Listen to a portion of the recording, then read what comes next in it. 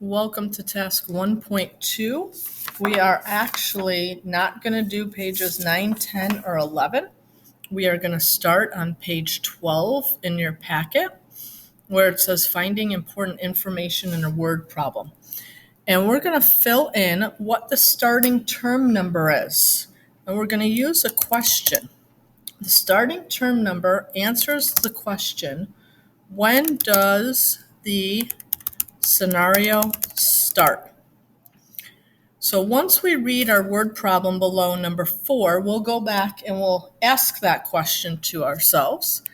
But I'll give it examples. Maybe it's labeled initially. Maybe it's labeled first minute. Those are just some examples. So we'll definitely come back to this. Starting value. That answers the question, what is the starting amount? So we will go back to this when we get to the word problem below. And the pattern will answer the question, how is it changing? So in other words, what's going to be what we defined in task 1.1 as the common difference if it's an arithmetic sequence, or the common ratio if it is a geometric sequence. So let's look at number 4. Samantha's practicing for a recital. On the first night, she practices for 5 minutes. On the second night, she practices for 15 minutes. On the third night, she practices for 25 minutes. And on the sixth night, she practices for 25 minutes. I am going to highlight starting term number in yellow.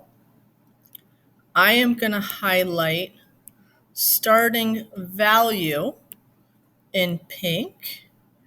And I am going to highlight pattern in green. And we know once we have our pattern, that leads to, is this sequence arithmetic or geometric? And therefore, does it have a common difference or common ratio? So let's begin with starting term number. Remember, it asks the question, when does the scenario start? Well, this says she's practicing. She practices on the first night, on the second night, on the third night, on the sixth night. So when is the scenario starting?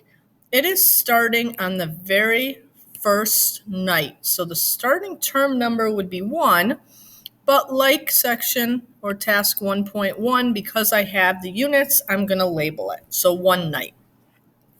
Starting value was in pink, and it answered the question, what is the starting amount? Well, on the first night, what did she have? What would she start with? She's practiced for 5 minutes. So the starting amounts would be 5, and the units are there, so I will label them minutes. And last but not least, the pattern. So how is this changing? Well, she goes from 5 minutes to 15 minutes to 25 minutes. So let's see here. It sounds to me like from 5 to 15 to 25 is a pattern of adding 10. So I would say that she adds by 10 each time. And if you wanted to be very specific, it's not even each time, it's each night, because we have this label. But I'll say adds by 10 each time. So is this arithmetic or geometric? Well, when you're adding or subtracting, you have an arithmetic sequence, and that is associated with a common difference. And remember, the common difference from task 1.1 is the number that is being added or subtracted each time. And our number was right here as plus 10. And we're done with number 4. Number 5, once again, I am going to have the starting term number in yellow, the starting value in pink. Oopsie. And it looks like my pattern is in green. And again, once you describe the pattern, you know if it's arithmetic or geometric sequence, and you know if you have a common difference or common ratio. So what is my starting term number? Once again, it answers the question, when does the scenario start? So let's read what's happening in number 5. A basketball bounces off the rim of a basket that's 10 feet high. So if we draw the basket, it's right up here. There's the hoop right there. And there's the 10 feet. From the ground up to the top of the hoop. So from here to here is 10 feet. Now on the first bounce, it goes 5 feet high. So if this is the ball right here, on the very first bounce, it goes down, hits the ground. It doesn't come back all the way to 10 feet. It only maybe comes to 5 feet. So right here is 5 feet. And on the second bounce, it hits the ground and it comes back up, but not as high. Now it's only 2.5 feet or 2.5 feet, and so on. So that's the situation that's happening.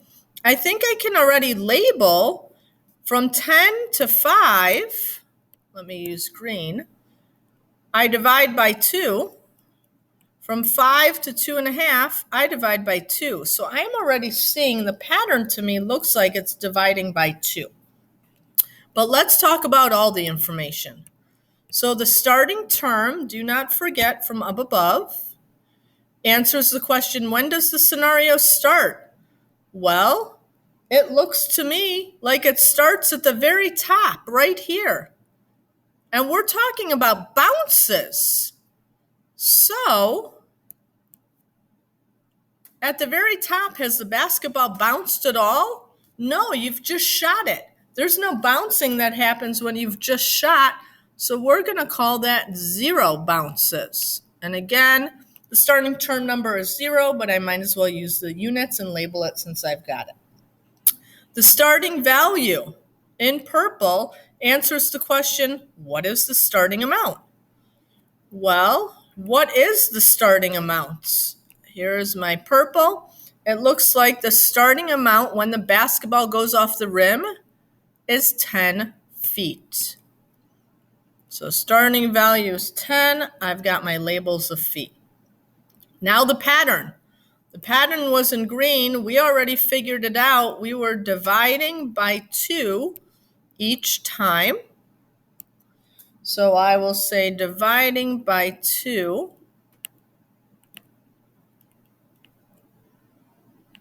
each time or each bounce. And we know from task 1.1 that if you are multiplying or if you are dividing for your pattern, this is called a geometric sequence. And it has a common ratio. Now we are not going to write the common ratio as dividing by 2. Ratio means a fraction.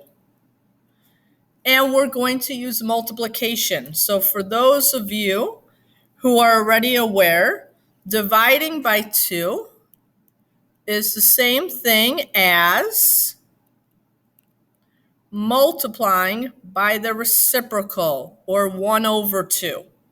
So dividing by 2 is really dividing by 2 over 1.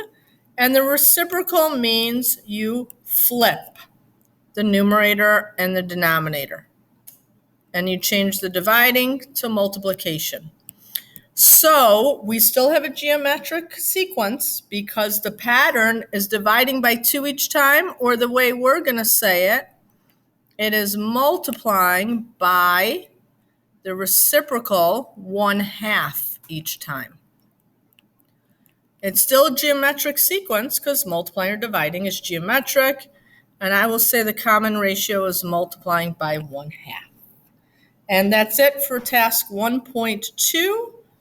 Thank you very much.